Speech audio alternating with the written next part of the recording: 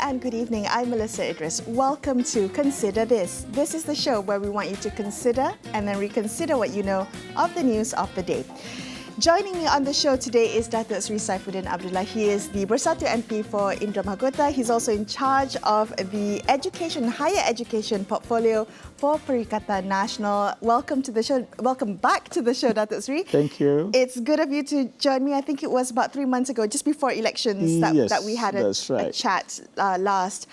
I do want to begin our conversation tonight by clarifying one point first. So Hamzah Zainuddin said that it's not technically a shadow cabinet, but portfolio committees was the term that he used. Maybe you can help us understand what is the difference. Well, a full-fledged shadow cabinet entails a different kind of connotation.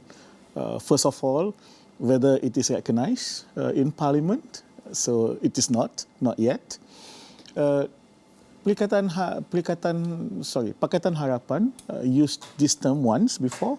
Barisan Nasional also used the term once. So both used the term shadow cabinet. There was an announcement, but unfortunately nothing happened after that. Okay. So we are more cautious, we are more careful. We want to be a strong and constructive opposition. We wish we can form a shadow cabinet, but probably that is something through some kind of development. So we start with a portfolio. Okay. So portfolio committee. So I can't call you shadow education minister. Yes. Okay. All right. So at least not yet. Portfolio committee. How Yes. do you view your role? What do you view your responsibility as in terms of heading Perikatan Nasional's education portfolio? Yeah. For most of us, I mean, for all of us who are head of portfolios, there are at least three functions. Number one, of course, the normal check and balance. Number two, we monitor whatever statements and policies by each of the cabinet ministers. But more importantly, number three, as and when there is a window of opportunity, then we would like to propose something. So, for example, rather than just debating on the budget, on education, so I propose that the government should come up with a proper program, a reform on our education. Okay. All right. So to make it, as you said, a constructive opposition, you would have proposals, policy recommendations, all of that. Yes, we are thinking, for example, say if the government agree that we should come up with an education reform, so we would probably send a paper, a proper position paper on what this reform is all about. Well, that's good. That's a healthy democracy. That's right. Just another note on the education portfolio. Was this the portfolio that you wanted? I know you had served as Deputy Higher Education Minister. I think this was during Najib's administration. But Razzie Jidin was the Perikatan Nasional's Education Minister. So how did that allocation, or how did the portfolio land on your lap? Okay, we had some discussion. Okay. So Razzie and myself happen to have the same thinking that it is not so nice to be a portfolio head on a portfolio that you have held a ministerial position before. Not? You know, imagine if I'm heading the foreign affairs, I'm facing my officers, and I don't. It would be a little awkward. So some of us thought it is better if we move to another portfolio. Besides, I thought I like education, so okay. All right. So I know you are passionate about education. Before we get into the education, the needs for educational reform, can I get your thoughts on the recently retabled budget 2023 as a whole? How does Perikatan Nasional as opposition view this budget? Well, political answer or... I mean, I would love a candid answer. Please leave the political spiel aside. I thought, we had a higher expectation from Prime Minister Anwar. Seriously. Yeah. So we were a little... taken aback that we thought he could have presented a better budget. We were looking for efforts to restructure our economy, new engine or a game changer, for example. So I asked the question about a digital economy as the new catalyst of growth. When Tan Sri Muhyiddin was Prime Minister, we launched our My Digital, remember? Our it's like the blueprint for digital economy. So we want to know, is My Digital still on the table? What about the strategy to bring in foreign direct investment in the area of digital economy? We have decided that besides MIDA, which normally do this, there is also MDEC, the Malaysian Digital Economy Corporation. So it's like a tech team trying to bring in foreign investors. So we didn't hear this. So we have asked this question, and I'm hopeful that there will be a good reply. So not enough forward thinking when it comes to tech and innovation, the digital economy. Yes, yes, that's one aspect that I thought we would, we were. Well, now we are waiting for the reply, and we are hopeful that it will be a good reply. And if we were to drill down to the education allocation, which is the highest, the biggest allocation from the budget, 55.2 billion ringgit. Yes, yes. Looking at this allocation and the breakdown, every year, Education Ministry gets the highest allocation. Which is fair. Which is fair, but we don't see the changes that we so desperately want to see in the education sector. Why are we still giving money? Why are we still doing the same things and expecting different results?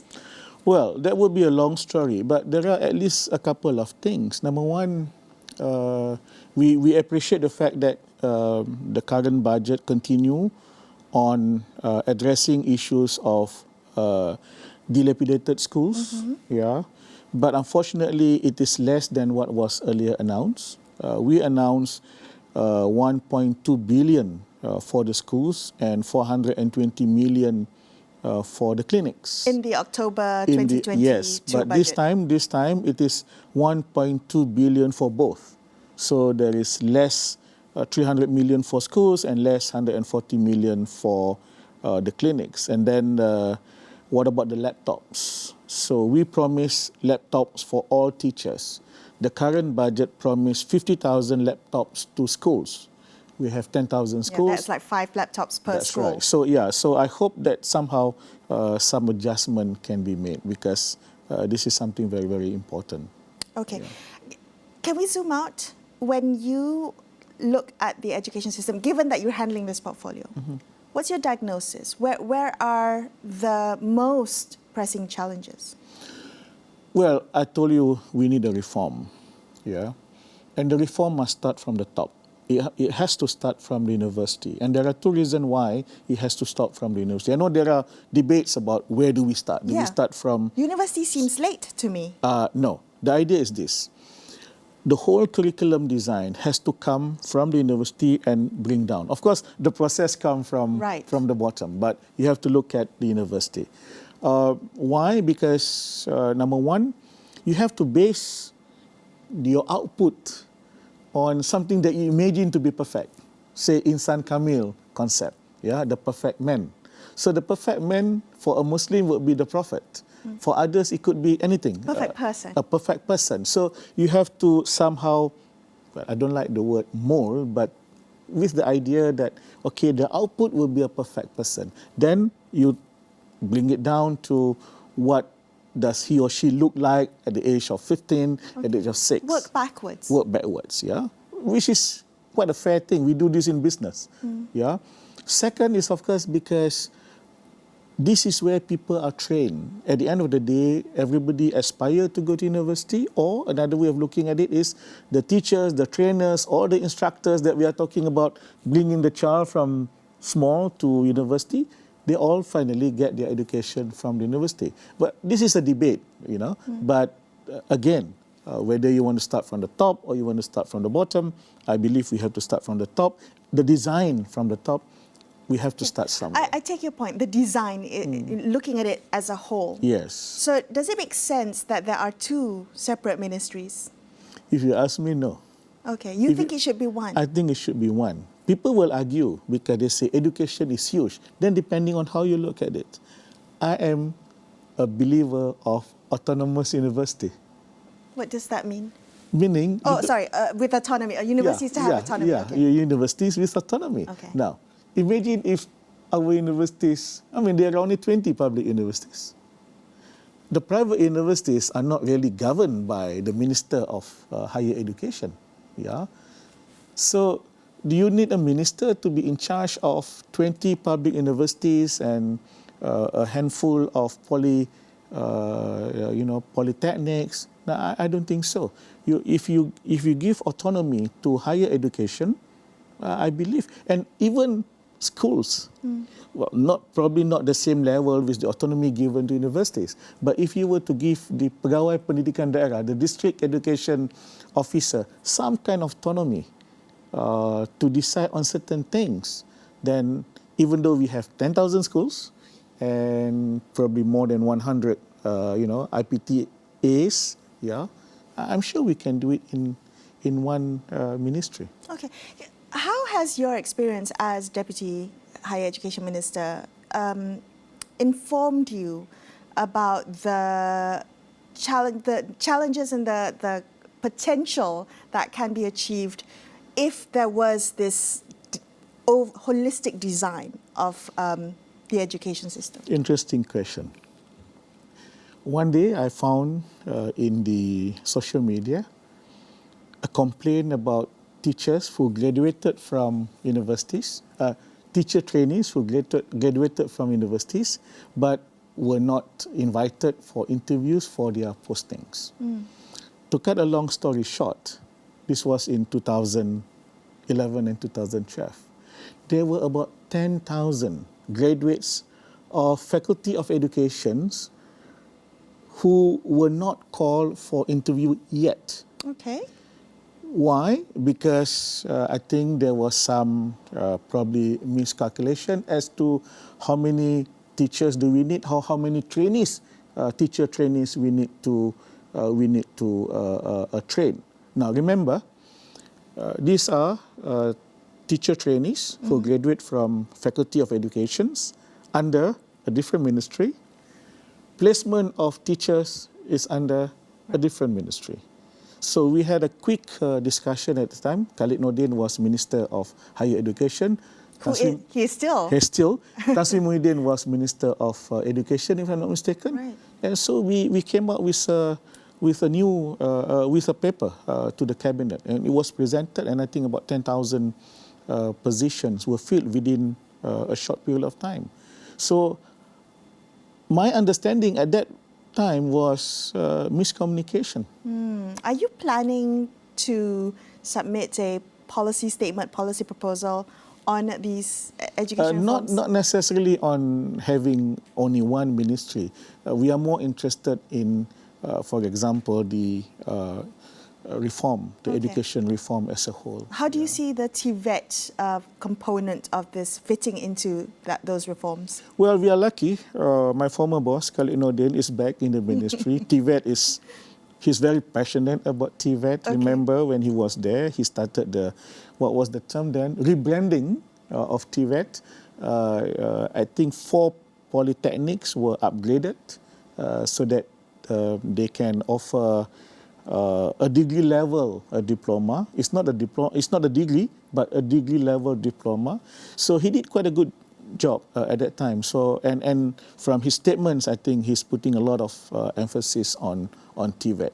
We really have to look at the apprenticeship of the TVET because this is what TVET is all about. And I think the other concern is we have too many subsystems. We have too many programs under too many ministries and agencies. I think there are like a dozen agencies involved. We need to streamline. You cannot go on doing this. Okay. What are you going to be watching closely, particularly when it comes to education? What will you be watching out for? And I ask, given that this government, this unity government, is reaching its 100 days, so as the person in charge of the education portfolio for the opposition, what are you going to be watching closely to see that there is movement and progress, and as you say, it's constructive, right? Well, for universities, for a start, to ensure that this knowledge tradition is properly upheld and administered. So, for example, the appointment of vice chancellors. There are only 20 public university vice chancellors. I believe that a vice chancellor should be appointed or selected among a person who is a leading figure in his or her discipline.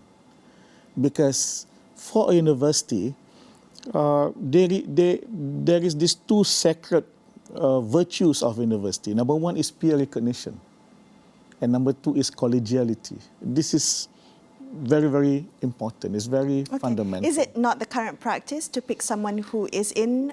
Not necessarily. Okay. Unfortunately, not necessarily. I think we have had some good experience in the past. Say, Unku Aziz. Yep. Awang Had Saleh. No one complained. Yeah. Tan Sri Zul, who's now rector of IIUN. I think people know him. Yeah. And then to actually strengthen the role of professors in universities, say their role in the Senate, and then we don't really have a tradition of retaining senior professors. Oh, that's true. Yes. Yeah, look at the West, you know. I think they retain. I mean, I think the retirement age for professors is far too young. Yes. Given that in this field. I mean, probably not for everybody, but for those who wish to stay, for those who are still, you know, contributing. Yeah. Okay. Some people they really mature at. Yeah, for academics, Yes. particularly in that field, exactly. you hit a certain maturity. You're right, intellectual maturity, experience, and you're in your prime. Yeah, at the and for some specific courses, especially professional one, probably to have about 30% of the professors coming from the industry. I mean, people who have retired from industry, provided they have some experience doing some research work. Better still if they have PhD, or even without PhD, with a good master's degree in their... Well, you seem to be speaking from the perspective of those within higher education. What about the students, the parents, the business community, marketplace waiting for graduates? What about those stakeholders? Then we have to look at the mismatch. Why is it that TVET students seems to be getting better employment rather than the academic line students? So we really have to inspect what works and what is not working. Of course, when it comes to students, I think we should also empower students to play a greater role, including in decision making. At least now students can, at least out of the 20 universities, public universities, 14 of the student council are now allowed to run their own election. I mean, that is one good example. Well, what's your stand on the Akta University, on AUKU? Well, PH manifesto calls for the abolishment of AUKU. The minister said something else. So I asked yesterday morning, it was Prime Minister's question time, but DPM Fadilah was answering. He said this will be discussed, but I thought you see, AUKU has a stigma, has a baggage. I think we can go away with AUKU. We can replace it, of course, with something more comprehensive. And this is about, again, it will touch on issues like the autonomy of the university, academic freedom, and things like that. Yeah. Okay.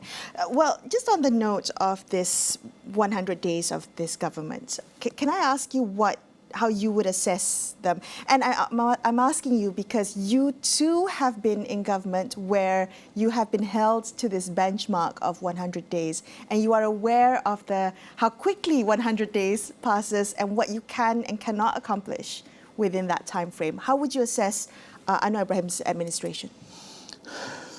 Not so well, I think, and this is really unfortunate, because he's the Prime Minister, he formed the cabinet, we want the cabinet to be working, hit the ground running, but unfortunately, I think there have been too much of hiccups here and there. Some ministers seems to be doing quite well. Anthony Locke seems to be leading the pack. But everybody will say give them a chance. I would say yes, give them a chance, but we have higher expectation. Okay. Yeah. What about Perikatan Nasional's performance as opposition? I think we are not bad. I think if you look at the debate in Parliament, everybody seems to be well prepared. I know all the portfolios have been organising their meetings quite regularly. People come, they do their homework before they come to Parliament. Has this unity government, has there been fair treatment to the opposition by this government? Well, difficult to say. How do you measure it? If you measure it from allocation, then we don't hear anything yet. Yeah. Let's talk about equal development allocation for MPs. Well, is there will behind that? This is something that is within the PH manifesto. Well, of course, we are hopeful that all of us will get equal allocation. And this is where some parliamentary reform is required. It is about the position and the function of the opposition chief. When Anwar was head of opposition, he was given the rank of a minister, but that is based on the MOU. Hamzah Zainuddin has yet to be given the same treatment. Not that the treatment is important. What is important is the function of the head of opposition. Now, one important reform is to allow the head of opposition to also propose agenda of the House. We have never had this before. Okay. And remember, not every state assembly recognize the role of their own head of opposition. Not in Pahang. So Tuan Ibrahim is the head of opposition for Perikatan Nasional in Pahang, but not sure whether the current government in Pahang would really recognize his position. Okay. It's not gazetted in Dewan Undangan Negeri Pahang. It is gazetted in Parliament, but only the position, not the actual role and function. So back to my original question, would you say there's been fair treatment? Well, I see the Prime Minister trying to do too many things, including, serving summon to opposition MP, or at least one opposition MP now, the MP from Pendang, for something that he said against the Prime Minister. I thought the Prime Minister is a reformist. Let's discuss this and debate this. Okay. And with Perikatan Nasional as a coalition, there's been some turmoil with Bersatu and the freezing of the bank accounts, with past President Hadi Awang's comments, controversial comments, the past controversial parade, the Himpit event. How have all those issues affected the coalition and dynamics between coalition partners? Well, so far, the relations between all the parties within Perikatan Nasional has been very cordial, very warm, very friendly. No issues so far. I think we have reached a certain level of understanding, and we are now preparing for the state elections. Yeah. So how does the freezing of the Bersatu accounts and the charges brought against Bersatu leaders, how does that affect Bersatu and Perikatan Nasional going into the 6th state elections? Well, if they freeze our money, meaning we don't have money to go for election, but I think we are, we aspire to win, and there is a lot of volunteerism within Bersatu and PAS, or especially PAS. I think we are still quite prepared. Okay, all right. Well, we'll have to follow up with you when those state elections are announced. Thank you for being on the show with me. I appreciate your time. Thank you. That was my conversation with Datuk Seri Saifuddin Abdullah, wrapping up this episode of Consider This. I'm Melissa Idris, signing off the evening. Thank you so much for watching, and good night.